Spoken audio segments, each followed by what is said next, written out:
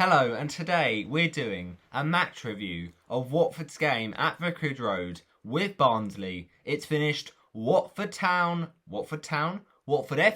1, Barnsley Town 0. We got the win, lads. We got the win. That's 2 wins on the spin, both at home. I mean, our home record is just absolutely immaculate. And at this point, we're getting the wins to get the lads the confidence. And Daniel Bachmann, 2 league starts in a row for the first time in his Watford career this season. And 2 clean sheets. I mean, what more could you want? So let's pick out the bones of that win. And let's get, of course, Sweet Caroline back in the dressing room. Because we've got the win. But it wasn't easy. So first of all, at times that game was uncomfortable. It was uncomfortable to watch. I mean, generally, it was a pretty watchable game because it was end-to-end. And I thought we had the better chances. We had the better chances and we looked quite good, especially in that second half. But the first half, we had the better opportunities and we got our goal through Captain Leader Legend. What a guy. He's just brilliant. I don't know how he does it every time. He's just so brilliant. So, yeah, we're going to talk through him and some of the stats to do with that penalty goal that he got today. So, really big. You love to see it, really. So, yeah, we're gonna talk through that, basically. I mean, let's be honest. It's a classic Watford win. A classic Watford win, which is DEENEY penalty, and then we hold on. And literally, we just saw it out, and that was important. And I thought that Gray had scored in that second half. I thought he had, but unfortunately it was disallowed. But let's get to that in a second. Before we do anything though, let me just tell you that Troy Deeney penalty was the 138th Hornets goal. I mean, that's amazing. And he is now within 4 of moving level with Ross Jenkins in 3rd place on the club's all-time scorers list, which is incredible. What he's done for this club over the years has been brilliant. I'll admit his mobility and his, technical ability is not quite the same as it was, especially in the 14-15 season, the year we got promoted.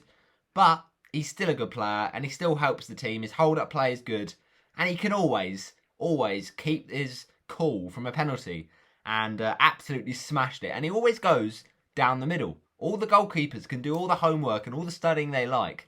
They know what they're going to get because it's just going to be straight down the middle, but it's going to be ferocious. You're not going to save it because if you put your hand in front of it, if you put your face in front of it, it's going to get burnt off because it's that flaming powerful. Right, so let's start off with my full-time review. And before we do anything, I'm going to say this was quite a tough game. Barnsley, we couldn't go into this underestimating them, and they put up a fight. Certainly, I'd say more in the second half, and they were having a few sustained periods of pressure. But first of all, let me just say, Troy Deeney, absolute legend, getting the goal on 27 minutes, and he actually created it for himself. Really good attack from Watford, and he got the ball back from a pass and basically was trying to just clip it and bend it with a cross, and basically the Barnsley defender, don't know what he was doing, he literally went like this and just moved his hand up. It was like he was calling for a taxi. I don't know what he was doing. So that was a great moment, fully deserved penalty, and you thought, come on, keep your cool, and he did that to get us the lead. So yeah, that was really good to see. I mean, Barnsley were decent. They weren't the worst team in the world in this game, and you felt as well in the game that we were generally attacking fairly well, and I felt like we looked a threat. We looked a threat each time we broke forward, which is good because recently we haven't been scoring many goals, and at least we had the chances today. A few of them, could have been tucked away if we're just a bit more clinical. But Andre Gray scoring, obviously it was offside, but he also had that first chance in the first half where he kind of had to go for it very quickly, trying to lift it over him. But he was maybe a bit put off by the goalie coming out and just basically hit the bar behind the goal, but couldn't get near the goal. But yeah, much better today. And obviously there was that chance in the first half where there was it the first half or the second half? I'm trying to think now. No, sorry, it was the second half, which led to that Gray shot being disallowed for offside.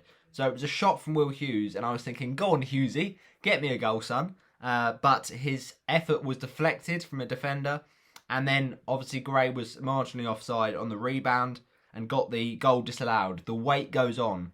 Very unfortunate for him, but he is a good player. I still think he's good at this level. It's just he needs to build up his confidence. But with a performance like that today, I think he should be patting himself on the back. He looked very sharp. He was working hard for the team, and actually, for once, Andre Gray, his actual touching of the ball was actually quite good.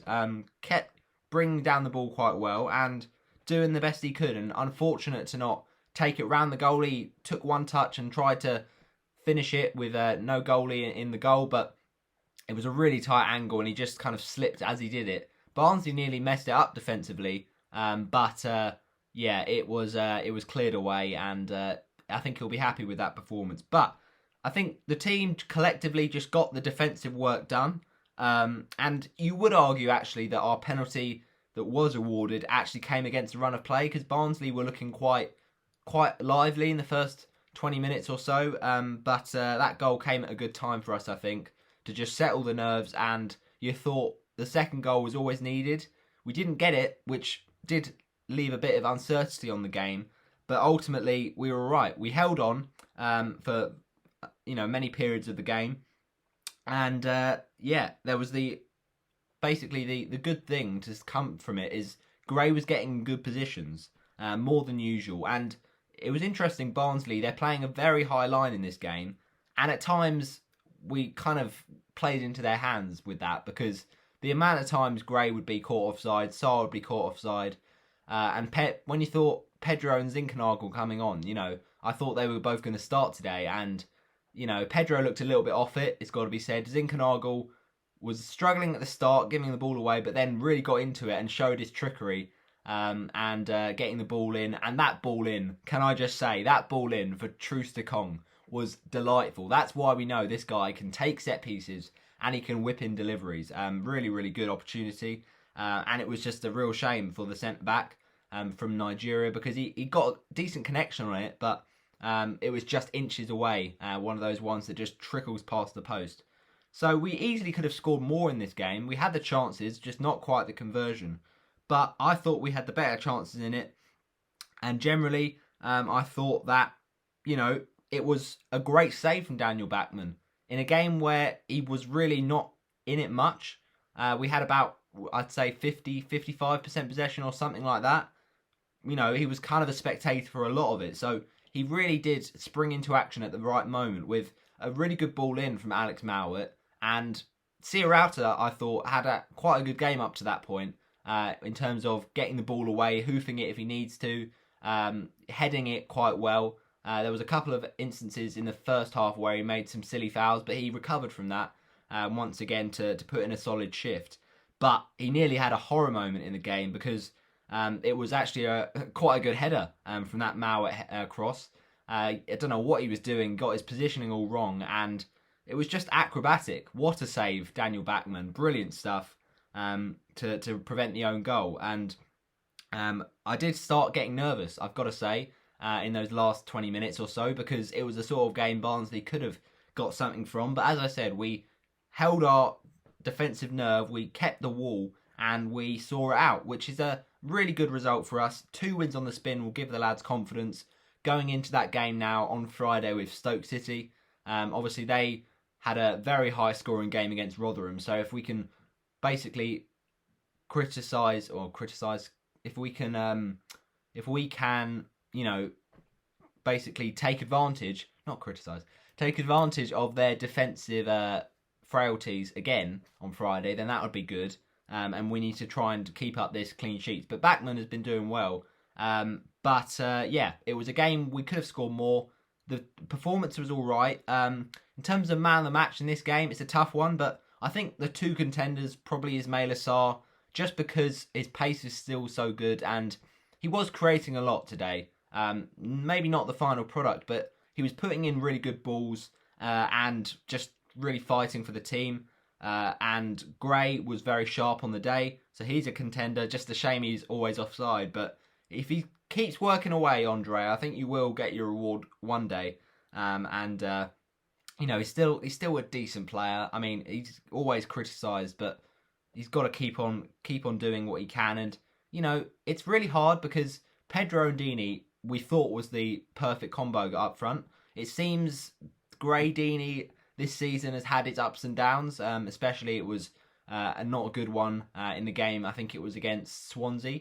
But today we saw it wasn't too bad, and a few times DEENEY flicking it on nicely and looking quite on it in the early part of the game. He started to, you know, fizzle out a little bit, but you know, it's a classic Watford win, and a little bust up at the end, you've got to say, with Sarr, Pedro all getting involved, and that's just a part of their, you know, young nature. They need to learn to not get involved in silly things like that.